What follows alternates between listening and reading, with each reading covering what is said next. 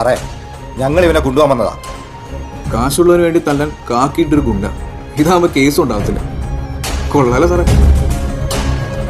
സംശയിക്കണ്ട, ജാമ്യത്തിലിറക്കാൻ കൊടികെട്ടിയ വക്കീലോ മിനിസ്റ്ററുടെ കോളൊന്നും ഉണ്ടാകത്തില്ല. പക്ഷേ ഞങ്ങൾ അവനെ കൊണ്ടുപോകും. പിന്നെ ഇത് നമ്മൾ തമ്മിലുള്ള ഒടുക്കത്തെ കൂടിക്കാഴ്ചയാണ്. ആവണം, മനസ്സിലായി? വിചാരം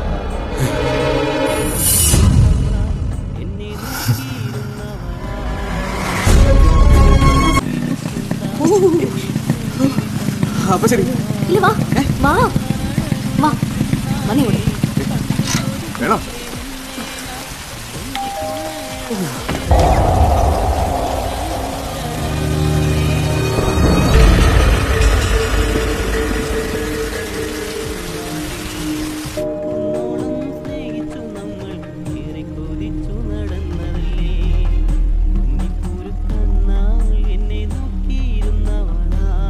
അപ്പനെ അമ്മയും കളഞ്ഞ് ചിറങ്ങിപ്പോയ മോള് 3 കൊല്ലം കഴിഞ്ഞ് ഈ പടി കയറി വന്നപ്പോ അതെന്നോടുള്ള സ്നേഹം കൊണ്ടാണെന്ന് കരുതി എനിക്കാടി തെറ്റിയത്.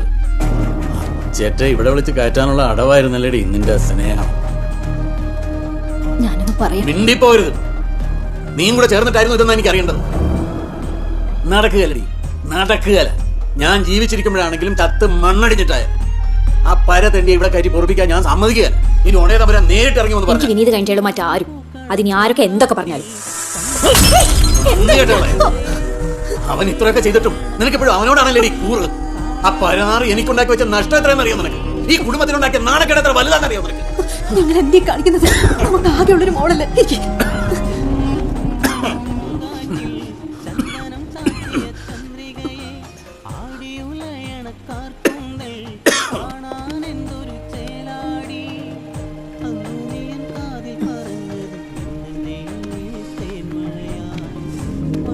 സത്യം ചെയ്യപ്പാ, നഷ്ടപ്പെട്ടു പോയ കസേരനേക്കാൾ വലുത് അപ്പൻ്റെ മോളാണ്.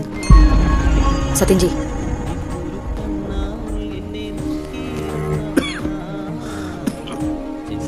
അപ്പൊ എന്ന് സ്നേഹിച്ചതാ കസേരയാ, അതിന് മാത്രം. ഇനി അത് നഷ്ടപ്പെട്ടതിന്റെ പകയാണ് വിനീതിനോടെങ്കിൽ അത് കാണിക്കണവനോടല്ല. അവൻ വിളിച്ചിട്ടല്ല ഞാൻ പോയത്, ഞാനായിട്ട് ഇറങ്ങിയതോ. പക്ഷേ ഈ വീടിന്റെ പടിവിട്ടിറങ്ങാൻ അത്ര നാളുകളുണ്ടായിട്ടും അപ്പയുടെ ജീവിതത്തിലെ ഏറ്റവും പ്രധാനപ്പെട്ട ആ രാത്രി ഞാൻ അന്നേനെ എന്തിനാ ഇറങ്ങിയെന്ന് അപ്പയ്ക്ക് അറിയണ്ടേ? അവന്റെ ചോര അപ്പ കൈകളിൽ, അതിന്റെ കരയുടെ കൈ പറ്റുന്ന പോലെ അപ്പയ്ക്കൊരു പ്രശ്നമല്ലായിരുന്നു. അതെന്നാന്നറിയോ? അതായിരുന്നു അപ്പയുടെ രാഷ്ട്രീയം. പക്ഷെ ഇതെന്റെ രാഷ്ട്രീയമാണ് അപ്പ. അപ്പയെ കസേരയിൽ ഇരുത്തില്ല എന്ന എന്റെ രാഷ്ട്രീയം. അപ്പയുടെ ചോരനെയപ്പ ഞാനും.